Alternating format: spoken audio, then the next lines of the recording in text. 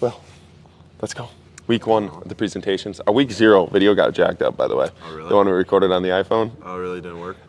It worked, and I have the video, but it's impossible to upload to anything. Really? I can't upload it to my Google Drive, and I can't upload it to YouTube, and it just keeps saying corrupted file. So this is going to be our whole 20-minute thing jacked up. But today, every week that Charles is here, he's going to do a little presentation for us and give us just things he wants to talk about. And I think we do this as part of our intern curriculum, just to get you some presenting, but also more so to, I find that presenting for me is very good to like narrow the thoughts and like make sense of the thoughts. So anytime I do a presentation, I realize like, oh, I needed that presentation to like put together all these thoughts that I had. So hopefully that helps here. Yeah.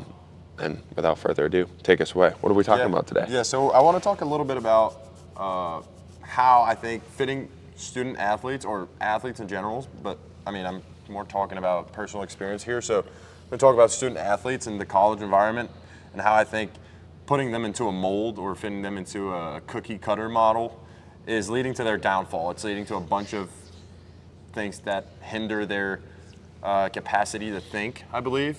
I also believe that, there's this big thing about mental health recently about athletes, and I think this could be a part of it, one of the reasons.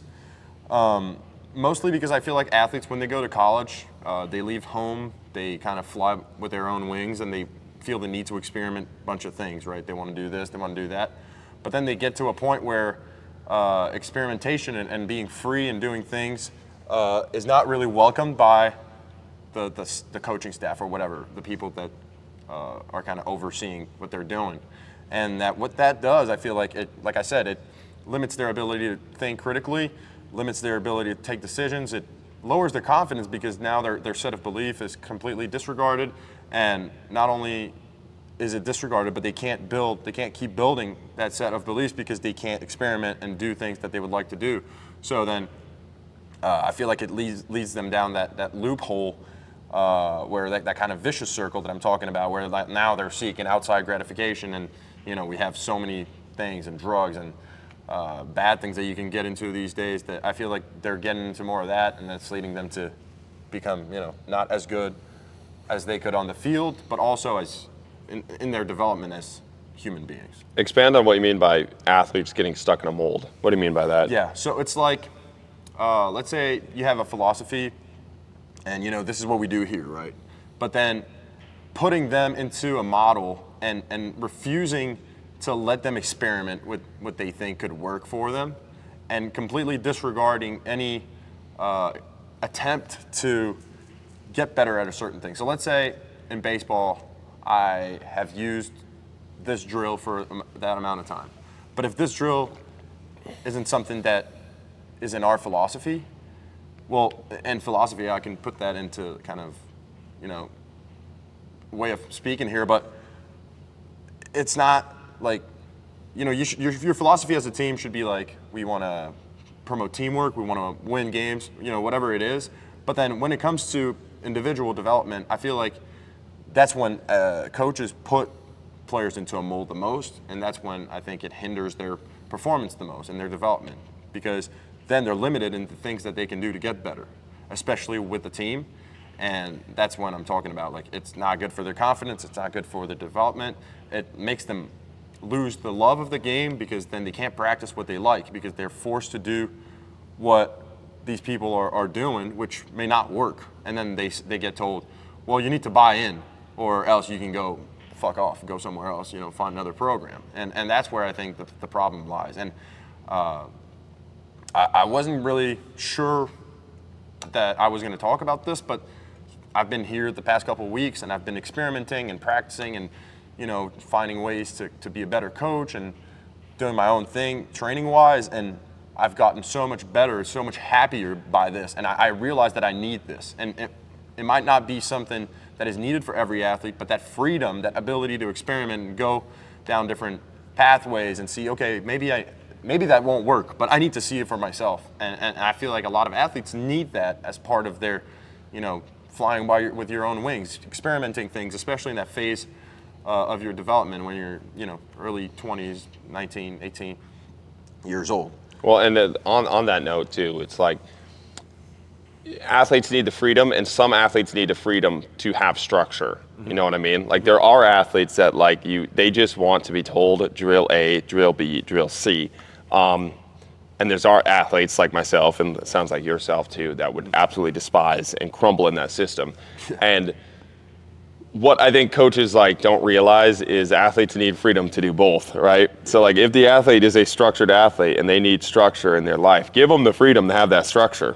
Set up a system okay, if you are an athlete that does have this issue where you do need structure, maybe let's talk about why you feel like you need that structure, but also I'm going to give you the freedom to provide you that structure. Okay, my part as a coach here is just I am going to provide you drill A, drill B, drill C.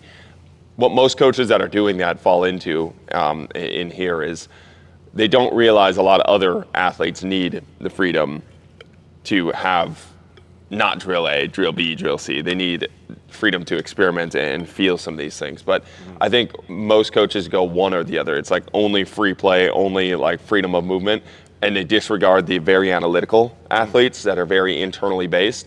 And on the other end of things, you have athletes or coaches that are very internally based that can't work with an athlete. And that's the weird thing, is that most athletes at a really, really high level are not super internal. They're very external, they're play-based, they're very freedom, but they don't allow those athletes to kind of blossom into that setting. But what is your fix for this? What's your kind of thought process and fix? How would you change how philosophies are set at college? If you were going to set up a practice, what's your thought process to work with? Because the baseball team has how many athletes on it? 60? Like 30. 40. Yeah, a lot of athletes, and most of them aren't even playing. So how are you setting that up to get touches in the freedom of all these athletes, or just general ideas? Yeah, well, my main thing, it starts with communication with your athletes, but to a certain level, like you said, there's so many guys, not everybody's going to speak to first. I think that needs to come from the coaches, though. Say, here, this is what we do, and I think it comes to be open to not making arrangements. You don't have to change your whole philosophy. You don't have to change what everything you do. But it's if that guy wants to do that drill, during catch play, let him do it. Then have his feedback, and then move on from there. Rather than being closed for that, then he despises you because you haven't let him do what he wanted. Then he's not getting better. He blames you. Then he doesn't respect you, and then you demand respect, but he feels like you don't respect him because you didn't give him his freedom, and he doesn't respect you for that. And this just, and you don't respect him for that, or, whatever, vice versa. So that's the main thing, is communication for me, I think, is really, really important to kind of get everybody's expectation, and to just be open to put the athlete in first. And, obviously the athlete doesn't know everything that's best for him, but like I said, let him experiment, and not despise the athlete for wanting to experiment and still being wrong.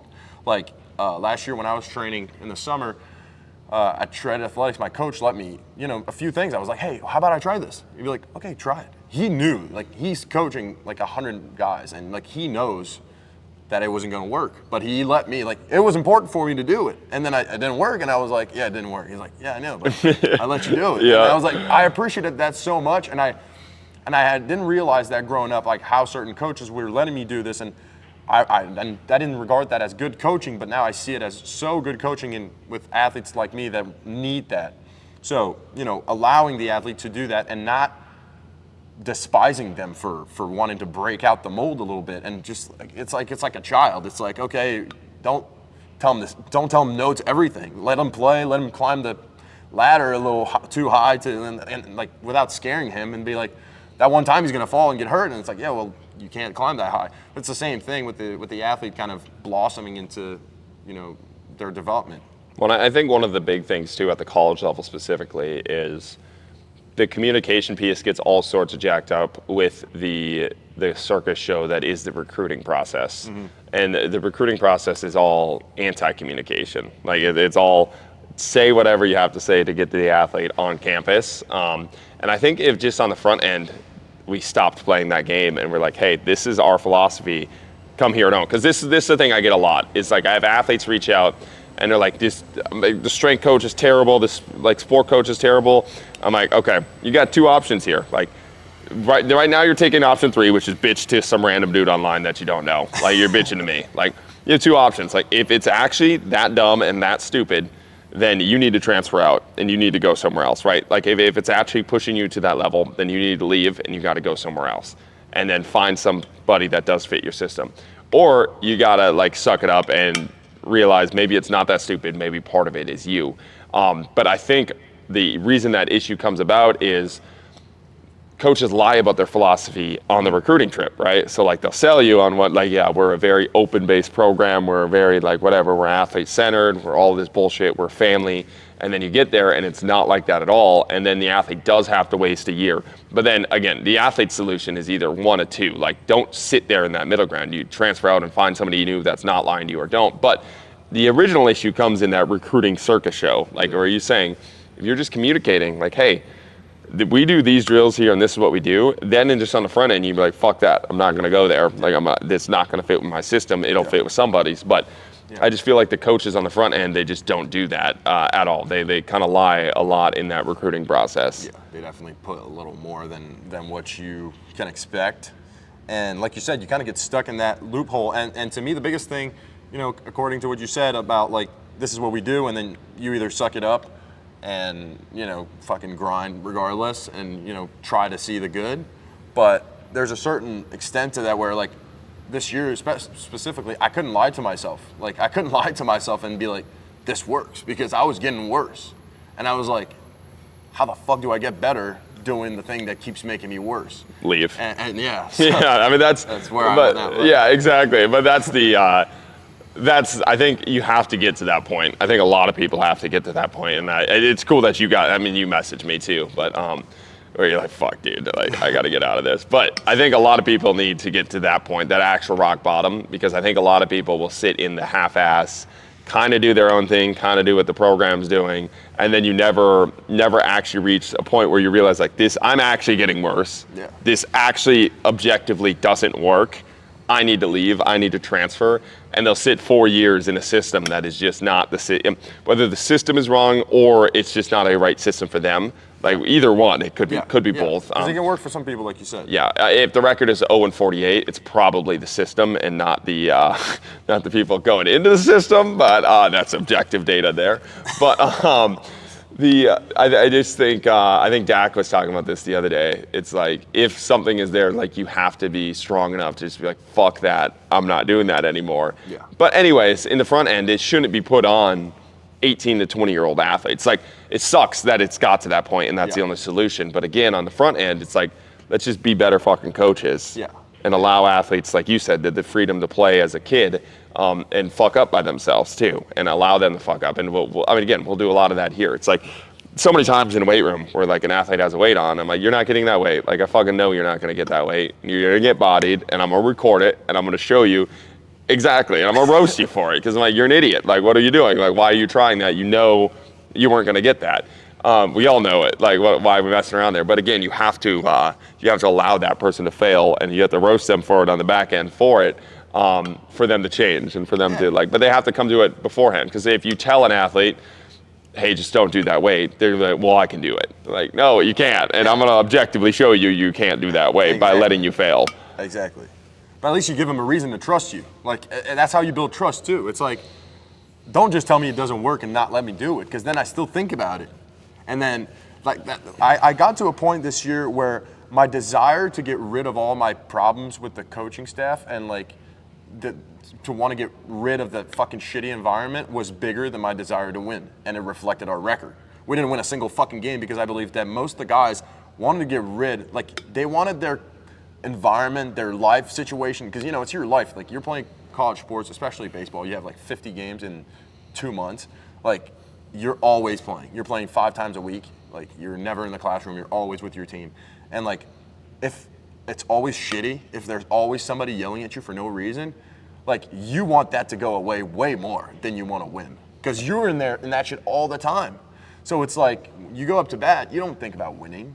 You're like, fuck this guy, and that doesn't do very well. And I've noticed that this year. But I've obviously been to the extreme of that spectrum, and like you said, there can be mold and there could be systems where people thrive and they need that structure and all that.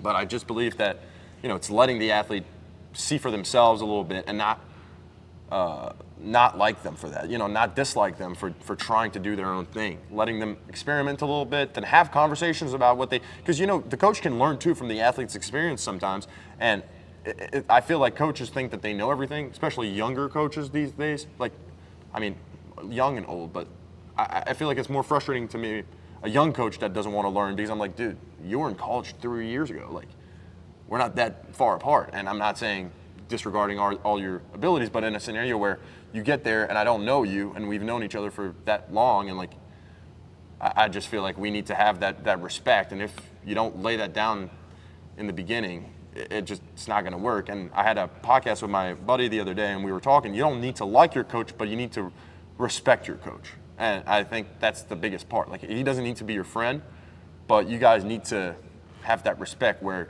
you don't feel like you want to cuss him out all the time, and he doesn't want to cuss you out, because that often will go both ways, and that leads to pretty bad, things that I've gone through, but don't want that. Don't wish that to me. Yeah. Usually, if you get to a point of cussing coaches out, or the other way around, it's usually not a very great environment. But what else we got? Anything else on the vicious cycle? Yeah. Well, I was kind of thinking about that as then the athlete gets sad or has all those negative feelings, can't express their true face, their true colors, their true personality. And that's when I was like, okay, well, maybe that's why there's so many like drug addictions and porn addictions and ways to seek instant gratification, because you're looking for that gratification from these people all the time, right? You're with, like I said, you're with your coaches, you're with your team, you're within that environment every single day, and then you don't get any gratification from it. It's like, as soon as you try to have fun, you play hacky sack for 2 minutes, it's like, why the fuck are you playing hacky sack? Well, then it's like, okay, then fuck me, I guess. Like, I'm gonna go do my stupid stretches that I don't like again. And like, as soon as you break out that little mold, then it's like, it's not about the hacky sack, or it's not about the stretch, but it's like, hey, let's get on a page where, like, when I'm done with my work here, I can, go do this while I'm waiting. Because if you're just allowed to wait and you can't have fun, you can't talk, like, it's like that micromanaging every single action leads to so many negative feelings that are not even aimed towards the game, not even aimed towards your development. It's just the environment that you're in.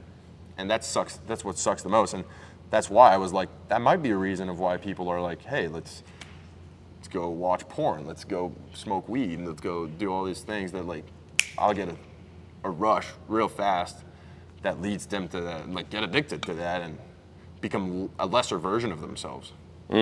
Yeah, I agree. I think movement and your movement practice is very highly important to a human's ability to express what they want to express. And I think a lot of times, especially in strength conditioning, but sports as well, that ability to express what you want to express in the moment is taken away. And when you lose that ability to express what you want to express, one, resentment goes towards movement, and you have athletes that don't like movement, which is fucking insane. Like, nobody doesn't like playing, right? People don't not like playing. It's something innate in us. It's something genetically wired in us to enjoy. And if we can't enjoy playing, there's something fucked up with our structure of play and our ability to express. So when that is taken away and you don't have that movement option, you don't have that movement freedom to express what you want to express, a lot of resentment comes from that. And the burnout for sports and the burnout for the passion that they once had is completely taken away. And I just had a podcast with Joel Smith on this, but it's like, when that burnout is taken away, or when that passion is taken away and the longevity part is taken away, instantly the results go away. And then it gets stuck in this weird scarcity mindset of, you don't have the passion anymore, so you're not putting in the work anymore. And when you don't put in the work anymore, you don't win. When you don't win, you feel like you have to micromanage and get a little bit more strict. When you feel like you get more strict, you take more passion away. You take more passion away. It starts that whole cycle of more micromanaging into more rules, into less fun, into less results, because you're not working hard at it. And when you get stuck in that cycle, brutal athletic results from that. And it has nothing to do with the training. It's just not interested in it anymore. And if an athlete is not interested in their sport, they're not interested in the drill, you're not going to get anything out of it. I don't think you could have said it better, actually. This was a perfect representation of how things went down, and how like it was more rules and more things, and more rules lead to more like thinking that the rule is stupid, but then not abiding to the rules leads to more consequences for the athletes. To like, okay, you didn't wear the right hat today, then go home. Well, okay, so that's another thing that you have to worry about now. That's another thing that you resent them for, and then they don't have as much, you know, nobody wants to be there anymore. And that was perfectly like said, really. And yeah, it doesn't have anything to do with the talent. Doesn't have anything to do with how good people actually are. Like, if they don't want to be there, they're not going to be good. Yeah. Oh yeah. All right. What are we presenting on next week? I was thinking about presenting. I was thinking of either going down that rabbit hole a little more, but I think we're going to switch to the load and throwing and just loading in general, especially kind of in the hip section. I'm going to need to do a little bit more research, but on how being reactive and not sitting in positions too long allows you to be more explosive, create more speed, not try to sit too deep in certain positions, because if you're too deep, it takes longer to get out of it, and then you're kind of recruiting not the same muscle fibers. So I believe that you'd be better off being more subtle and quick during the load phase. I need to do a little bit more research about that, but Cool. yeah. We got a little biomechanics next week, though. Yeah. Fuck yeah. Awesome. Well, good stuff. Yes, Good sir. week one presentation. Thank you very much. Let's go.